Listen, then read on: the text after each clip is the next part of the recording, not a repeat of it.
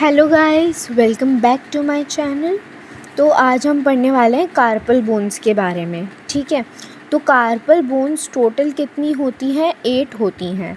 2 रोज़ में होती हैं, एक प्रॉक्सिमल रो में होगी, एक डिस्टल रो में होगी। ठीक है, तो यानी हर एक रो में 4 बोन्स आपको देखने को मिलेगी। ठीक है, तो जैसे प्रॉक्सिमल रो क्या होता है? फोराम के पास। प्रॉक्सिमल मतलब होता है किसी एक ओरिजिन के पास होना, तो फोराम के पास जो होगा वो प्रॉक्सिमल रो होगा और फिंगर्स के जो पास होगा वो डिस्टल रो होगा। ठीक है, अब देखो लेटरल से मीडियल जाती हैं चीज़ें। यहाँ पे भी लेटरल से मीडियल कैसे जा रही है वो बताएंगे। ठीक है, यानी लेटरल से मीडियल यानी थंब से लिटिल फिंगर तक की कैसे जा रही हैं चीज़ें। ठीक है, सबसे पहले यहाँ पे आएगा स्केफॉइड, लियोनेट, ट्राइक्वाट्रल, पिसिफॉर्म।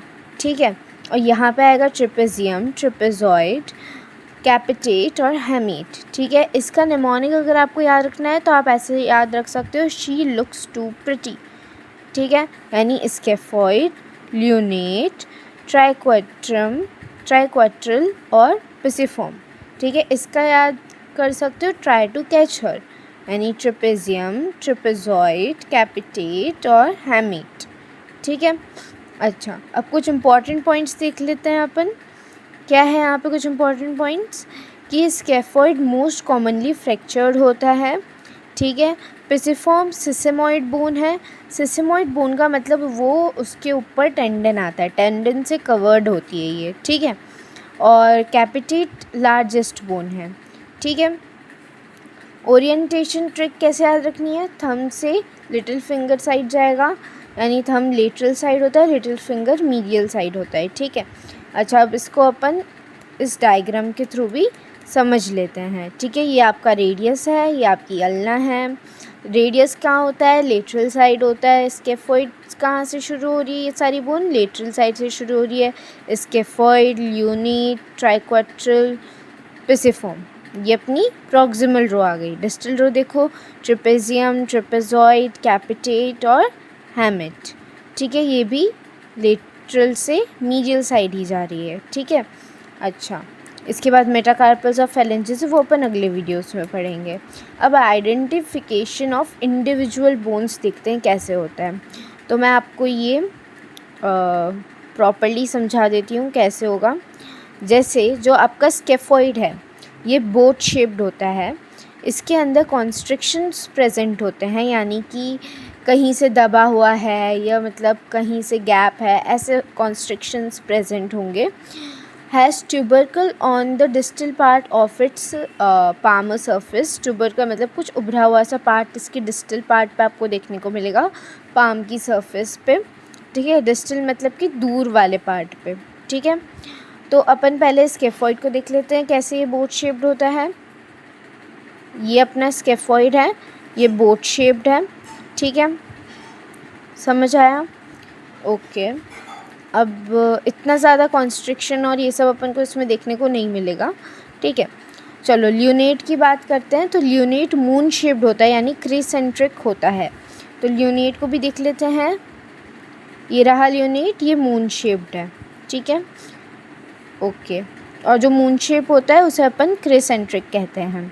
ठीक है, ट्राइक्वाट्रल क्या होता है? पिरामिडल इन शेप होता है। Oval facet on the distal part of its palmar surface for articulation with pisiform. Oval तो समझ आता है, फेसेट का मतलब क्या होता है कि एक ऐसा जगह जहाँ से वो किसी से जुड़ सके, जॉइंट बनाने का काम करता है फेसेट। ठीक है, तो एक ओवल फेसेट प्रेजेंट होता है डिस्टल पार्ट पे पामर सरफेस की, जिससे कि वो क्या कर सके? आर्टिकुलेट कर सके पिसिफॉर्म पर। देखो यहाँ पे अपन ट्राइक्वाट्रल पढ़ रहे हैं। ठीक है, ये इसके डिस्टल पार्ट है, दूर है ये यहाँ से। ठीक है, ये एक तो पिरामिडल इन शेप होता है, मैंने ये समझाया ही बात, पिरामिडल इन शेप है। ठीक है, ये देखो ये पिरामिड बन रहा है और ये इसके डिस्टल साइड पे क्या होता है? पिसिफॉर्म से कनेक्ट करने के लिए यहाँ पे इसके एक फेसेट होगा। ठीक है, ओवल कलर का, ओवल शेप का। ठीक है, ओके, अब देखो पिसिफॉर्म जो होता है वो पी शेप होता है, पी लाइक होता है। ओवल फेसेट यहाँ पे प्रेजेंट होगा प्रॉक्सिमल पार्ट में, पास के पार्ट में, और ऑफ इट्स डॉर्सल सरफेस। तो देखो यहाँ पे जो आपका पिसिफॉर्म है ये एक पी जैसा दिख रहा है। अब इसके उल्टे साइड यानी डॉर्सल सरफेस पे भी एक फेसेट होगा जिससे कि वो ट्राइक्वाड्रिल से कनेक्टेड रह सके। ठीक है, इतनी सी बात थी, है ना। चलो अब इसके बाद आता है ट्रिपेजियम। ट्रिपेजियम का क्या है, क्वाड्रिलेटरल होता है ये शेप के अंदर।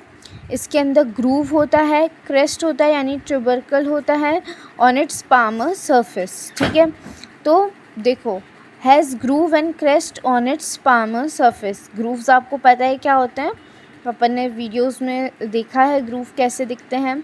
और ट्यूबरकल उभरा हुआ सा चीज़, ठीक है, उसकी पामर सरफेस पे आपको देखने को मिलेगा। और ये क्वाड्रिलेटरल होता है शेप में, ये मैं दिखा देती हूँ। ट्रिपेजियम की बात कर रहे हैं हम, ये देखो ये क्वाड्रिलेटरल है शेप में। ठीक है, ये क्वाड्रिलेटरल है शेप में। अब इसके बाद आता है ट्रिपेजॉइड। ठीक है, तो ट्रिपेजॉइड होता है शू शेप का। बस इतना ही जानना है कि जो ट्रिपेजॉइड है वो शू शेप का होता है। ये देखो ये ट्रिपेजॉइड है, ये शू शेप का है। ठीक है, इसके बाद आता है कैपिटेट। ये लार्जेस्ट कार्पल बोन होती है और इसका राउंडेड हेड होता है प्रॉक्सिमल सरफेस पे।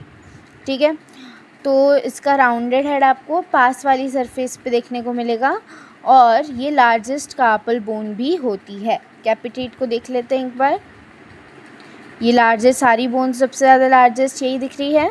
ठीक है, और इसका जो हेड होगा यानी कि जो इसका हेड होगा यहाँ पे वो प्रॉक्सिमल सरफेस पे राउंडेड होगा, है ना। ठीक है, अब हैमेट जो है वो कैसा है, वेज शेप्ड है। वेज शेप का मतलब क्या होता है, ज़रा इसे समझना। वेज शेप का मतलब होता है कि नीचे आते आते कोई चीज़ पतली हो जा रही है, ऐसा। ठीक है, हुक लाइक प्रोजेक्शन देखने को मिलेगा डिस्टल पार्ट पे पामर सरफेस की, यानी पाम का जो सरफेस है अपना उसके डिस्टल पार्ट पे, उसके दूर वाले साइड पर आपको हुक लाइक प्रोजेक्शन भी देखने को मिलता है, उसे हैमेट कहते हैं। तो देख लो, हैमेट को भी देख लेते हैं अपन। ये यहाँ पे हुक जैसा प्रोजेक्शन आपको देखने को मिल रहा है और ये नीचे आते आते कैसा हो जा रहा है, मतलब अगर यहाँ से देखें तो ये नीचे आते आते पतला हो जा रहा है। ठीक है, तो ये वेज शेप्ड है। ठीक है, ऊपर से नीचे आते आते पतला हो जा रहा है ना। चलो अब ये हो गया, अब अपन ये देखते हैं।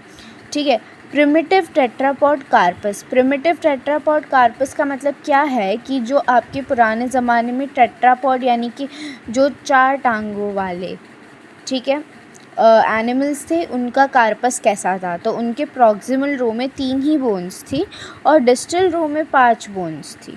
ठीक है, अपने अभी प्रॉक्सिमल और डिस्टल में दोनों में 4-4 बोन्स है, पर उनके 5 बोन्स थे और बीच में एक ओएस सेंट्रल था, यानी कि एक सेंट्रल बोन भी प्रेजेंट होती थी। ठीक है, पिसिफॉर्म बोन से क्या हुआ, स्टैंडर्ड व्यू में पिसिफॉर्म बोन आ गई, यानी कि एक सिसेमॉइड बोन आ गई। इसको सिसेमॉइड क्यों कहा गया है, क्योंकि ये टेंडर के अंदर डेवलप होती है। ठीक है, इसके ऊपर कौन सी मसल होती है, फ्लेक्सर कार्पी अल्नरिस। टेंडन क्या होता है, जो बोन को मसल से जॉइन करता है। तो बोन तो ये रही पिसिफॉर्म, कौन सी मसल से जॉइंट हो रही है, फ्लेक्सर कार्पी अल्नरिस से। ठीक है, और ऑल्टरनेट व्यू देखें तो पिसिफॉर्म जो है उसी ने डिस्प्लेस किया है आपके सेंट्रल बोन को, मतलब ओरिजिनल सेंट्रल बोन की पोजीशन चेंज करके यहाँ पे पिसिफॉर्म बन गई है। ठीक है, इसके बाद इसका क्लिनिकल कोरिलेशन देख लेते हैं। तो स्केफॉइड का फ्रैक्चर देखो कैसे होता है। तो ये मोस्ट कॉमन कार्पल फ्रैक्चर किस में होता है, स्केफॉइड में होता है। क्यों होता है, अगर आप सीधे हाथ के बल गिर जाते हो, ठीक है, आउटस्ट्रेच हैंड में गिर जाते हो। हैंड इसे कहते हैं, पहली बात मैं फिर से समझा देती हूँ, अपर लिम्ब में हैंड सिर्फ ये होता है, जो ये मेरा एरो जैसा घूम रहा है ये सिर्फ हैंड ही है। ठीक है, तो ऐसा आउटस्ट्रेच हैंड में अगर आप गिर जाते हो तो फिर आपका स्केफॉइड फ्रैक्चर हो जाता है। फ्रैक्चर की साइट कहाँ होती है? यूजुअली एट वेस्ट या नैरो पार्ट ऑफ स्केफॉइड। यहाँ पे आप देख सकते हो ये स्केफॉइड फ्रैक्चर है, ये स्केफॉइड है पूरा, इसके वेस्ट पे यहाँ पे आपको कहीं देखने को मिलेगा ये फ्रैक्चर, ठीक है। अच्छा, अब क्लिनिकल साइन क्या होगा? टेंडरनेस इन एनाटॉमिकल स्नफ बॉक्स। सबसे पहले तो मैं बता देती हूँ, टेंडरनेस का मतलब होता है पेन, ठीक है। तो पेन जैसा कुछ होगा आपके एनाटॉमिकल स्नफ बॉक्स में। स्नफ बॉक्स क्या होता है? जो आपका थंब है उसके नीचे एक आपको स्पेस सी दिखती है, मतलब एक गैप सा फील होता है, ठीक है। तो वहाँ पे आपको पेन होने लगेगा, यानी कि कुल मिला के थंब के नीचे आपको साइड में पेन होने लगता है, ठीक है। तो उसी को ये वही इसका क्या है? क्लिनिकल साइन है कि आपको थंब के साइड में पेन होने लगेगा, ठीक है। अच्छा, blood supply, blood vessel enter from both the end, proximal और डिस्टल। तो प्रॉक्सिमल एंड से भी ब्लड आता है और डिस्टल एंड से भी ब्लड आता है। इम्पॉर्टेंट वेरिएशन ये है कि 10-15 केसेस के अंदर blood supply of proximal part सिर्फ डिस्टल पोल से ही आ रहा है, सिर्फ डिस्टल पार्ट से ही। मतलब ऐसे तो दोनों साइड से ब्लड सप्लाई आता है, पर 10 to 15 केसेस के अंदर केसेस के अंदर जो सिर्फ डिस्टल पोल है, उसी से डिस्टल पार्ट है, उसी से प्रॉक्सिमल में ब्लड सप्लाई जाता है। तो कॉम्प्लिकेशन क्या हो जाती है यहाँ पे? अगर वेस्ट फ्रैक्चर हो जाता है, अगर आपका ये इस स्केफॉइड का वेस्ट में फ्रैक्चर हो जाता है तो ब्लड सप्लाई कट हो जाएगा, ठीक है। और ब्लड सप्लाई कट हो जाएगा तो प्रॉक्सिमल सेगमेंट पे आपकी जो ये प्रॉक्सिमल सेगमेंट है ये पास में है, तो यहाँ पे आपका AVN हो जाएगा, अवेस्कुलर नेक्रोसिस, यानी कि अब यहाँ पे ब्लड नहीं आ रहा है। अवेस्कुलर नेक्रोसिस का मतलब होता है डेथ, ठीक है। तो यहाँ पे आपकी सेल डेथ होने लग जाएगी, यानी बोन मर जाएगा बिना ब्लड सप्लाई के, ठीक है। या सेल्स जो हैं वहाँ पे वो मर जाएंगी, ठीक है। ये चीज़ समझ आ गई? ओके, चलो इसके बाद का देखते हैं। ऑसिफिकेशन कैसे हुआ है कार्पल बोन्स का? देखो, तो कार्पल बोन का ऑसिफिकेशन, बर्थ के टाइम सब कार्पल बोन कार्टिलेजिनियस होती हैं, सारी ही कार्टिलेजिनियस। अभी तक अपन ने जितना पढ़ा, बर्थ के टाइम पे इंट्रायूट्राइन लाइफ में कुछ ना कुछ तो बन ही रहा था, शाफ्ट बन रहा था या कुछ ना कुछ बन रहा था, ठीक है। बट यहाँ पर कुछ भी नहीं बनता है, सब कार्टिलेज फॉर्म में होती हैं। हर बोन का एक ही ऑसिफिकेशन सेंटर है, सब सेंटर्स बर्थ के बाद ही अपीयर होते हैं, ठीक है। ऑसिफिकेशन टाइमलाइन देख लो, अर्ली मंथ्स जब होता है बेबी का, उसके अंदर कौन सी बोन आ जाती है? कैपिटेट आ जाती है सेकेंड मंथ में, यानी फर्स्ट जो बोन आ रही है वो आ रही है आपकी कैपिटेट, जो सेकेंड मंथ में ही आ जाती है, और हैमिट एंड ऑफ थर्ड मंथ में आता है, ठीक है। और चाइल्डहुड के ईयर्स में, अगर ईयर्स में देखें तो ट्राइक्वार्टरल थर्ड ईयर, जब बच्चा 3 साल का हो जाएगा तब आएगी। ल्यूनेट, स्केफॉइड, ट्रेपेजियम, ट्रेपेजॉइड, ये सब 4th-5th ईयर में आता है। 4th ईयर में फीमेल में आ जाता है और 5th ईयर में मेल्स में आ जाता है। सबसे लेट कौन सा आता है? पिसिफॉर्म सबसे लेट आता है, क्योंकि ये 9-10 ईयर्स में आता है। जब आप 9-10 साल के हो जाते हो तब आता है फीमेल में, और 12 साल में आता है मेल्स में, यानी सबसे लेट पिसिफॉर्म आता है और सबसे जल्दी कैपिटेट आता है। तो फर्स्ट टू ऑसिफाई क्या है? कैपिटेट। लास्ट टू ऑसिफाई क्या है? Pisiform. The knowledge of ossification of carpal bone is important in determining the bone age of the child. जो चाइल्ड की बोन एज है उसे डिटरमाइन करने के लिए ये चीज़ बहुत ज़्यादा क्या है? ज़रूरी है, ठीक है। सबसे पहले कैपिटेट आया, ठीक है। फिर अपना क्या ऐसे घूमकर मतलब बता रहे हैं कि 3rd ईयर में ये आया, फिर 4th to 5th ईयर में ये आया, ठीक है। फिर ये सब 4th to 5th ईयर में आए, ये 2nd मंथ में आया, ये 3rd मंथ में आया, और ये एकदम लास्ट में आया, ठीक है। अंडरस्टूड? तो यहाँ पे अपना कार्पल बोन्स कंप्लीट होता है। Thank you.